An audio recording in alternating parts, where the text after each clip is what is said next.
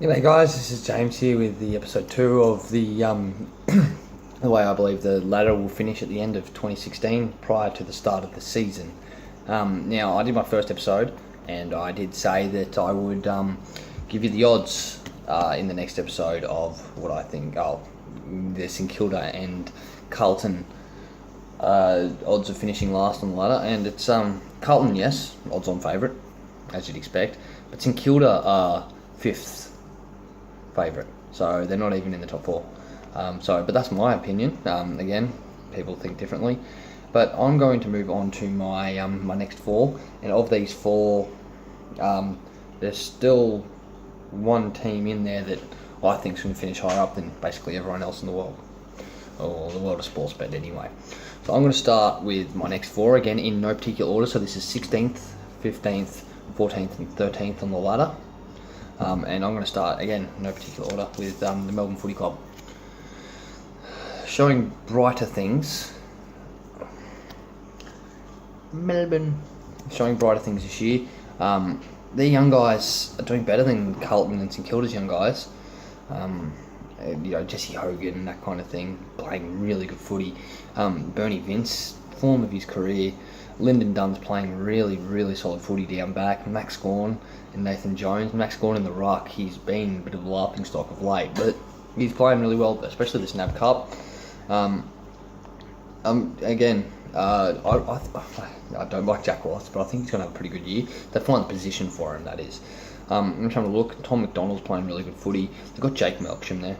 Is Jake Melksham still available? Yes, Jake Melksham's there. Off the half back line, got Dom Tyson off the wing, who plays really good footy, but he's playing good. I've had him in my Supercoach team the last couple of years. I don't think Jack Watch should play as a follower, but who knows? He'd play in the forward line or in the back line. I like seeing the back line. Jeffrey Garland in the forward line with Jesse Hogan, Chris Dawes at centre forward if he can play good footy. I think they're better than the bottom 2. I don't think they're better than 13th, but I think they're better than the bottom 2, and they're showing good signs.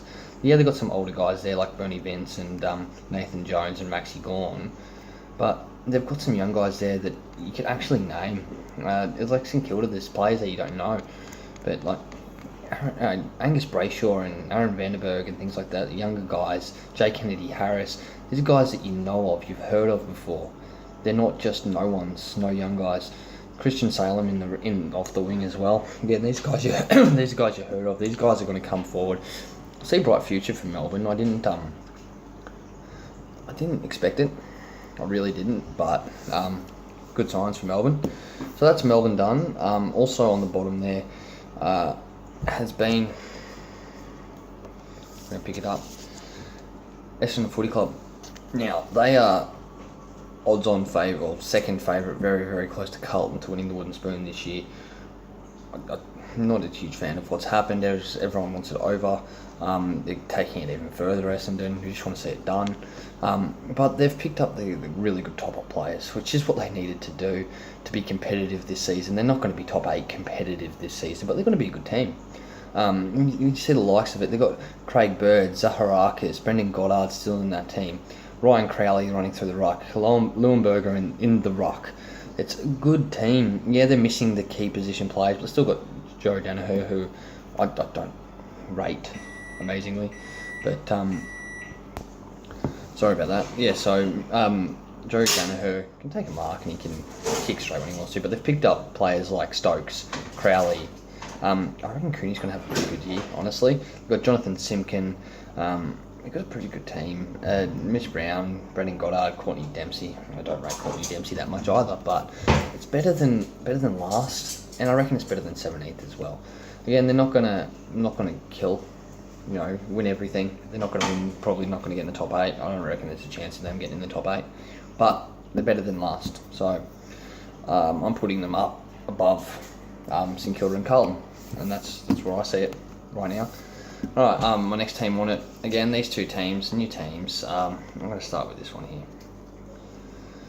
GWS, they haven't shown the improvement that they should have done. They did a bit last year, start of last year especially, but they haven't shown the improvement. They've had a quiet off season. I'm just having a look at their list again. They've got some good young guys coming through, but they need to, improve more through the midfield and through their young guys. Your forward line looks good with Patton and Cameron. If they can both stay fit, they can be at the top of this group, I would say.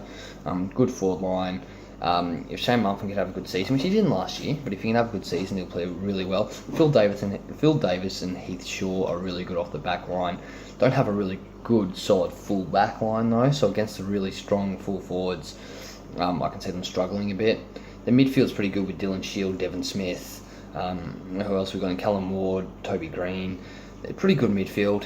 Callum Ward's a very good player. Dylan Shield, if he stays healthy, is really good. And again, they've also picked up Stevie Johnson, he'll play picking role in the forward line, and Reece Palmer. I don't know, he's a better player than what he should be, a better player than what he is actually.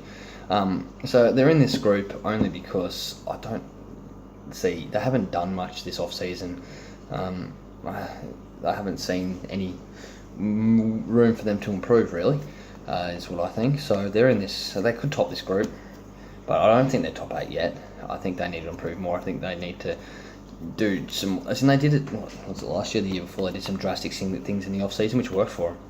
They need to do it again. They need to get rid of some of these young guys. Bring in some older heads, but keep the good young guys. So get rid of Nick Haynes and potentially get rid of Nick Haynes. Get rid of Cam McCarthy. Get rid of Lockie Whitfield to other clubs to bring in some more senior guys, so like Gold Coast did with Gary Ablett. So that brings me quite nicely onto my last of this group, which is Gold Coast. So for Gold Coast, they're again a relatively good team, but I don't see them beating any of these. I don't see them topping any of the teams up here, even with the list that they've got. I like the list of these guys better. Guys I haven't mentioned yet in the first or second video. I'm just looking at the list now. As in, you've got Gary Ablett, you've got David Swallow, you've got Michael Riccatelli, you've got Jared Harbrow. If they all stay healthy, yeah, alright, but they don't have any great players other than that. They've got a lot of people who are on the bubble, who are almost great. As in Stephen May and who was the other one I was looking at? And Tom Lynch. I don't rate Tom Lynch that very much, honestly. I know he's had a bad couple of seasons. But they got Kate Colin-Ashney, Nick Malcheski off the half back line. If he plays well, he plays well, but he hasn't shown it there.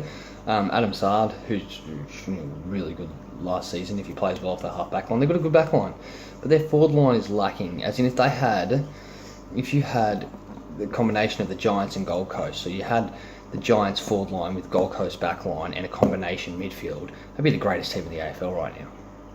But they don't have that stellar forward line. As in, Sam Day and Tom Lynch are a good full forward and a good centre half forward, but they're not a top rate centre half forward and full forward. You look at Sydney, you look at Hawthorn, you look at these guys. Sydney's got Buddy Franklin and they've got Kurt Tippett who can play forward. You look at Hawthorn with Jared Ruffhead and any of them, Jack Gunston. They're top rate forward lines. Compared to this, it's an average forward line. So I can group this. I don't think they can top that group either. I reckon GWS is better than Gold Coast. But I said I wasn't going to do rankings yet, so I'll leave that to another day. But that's my bottom 4 of this group. So again, guys, I've done the bottom 6 now. So hit the like button, subscribe to the channel, wait out for the rest of the episodes. How many I've got left? Got 3 episodes left, maybe a special episode to do my ladder from start to finish for the season of 2016. But at the moment, I've done the bottom 6. Next up, we've got 9th through 12th, which is a tough one because they're on the fringe of finals. But as I said in the first episode, I did the easy one first. These next 3, I think the top 4 is pretty much a lock. It's in the bottom of the top 4s maybe, but the next 3 groups, so from 5th to 16th, is so even in the AFL right now. I love it. It's absolutely amazing. Anyone can win on any day. But it's so even that it's really hard to pick, and I've had to try and pick them, which I've done to the best of my ability, compared to what lists they have and what I can see and what I've heard. But at this stage, they're my bottom 6. So until next time, guys, this is James saying see ya, and catch you next time.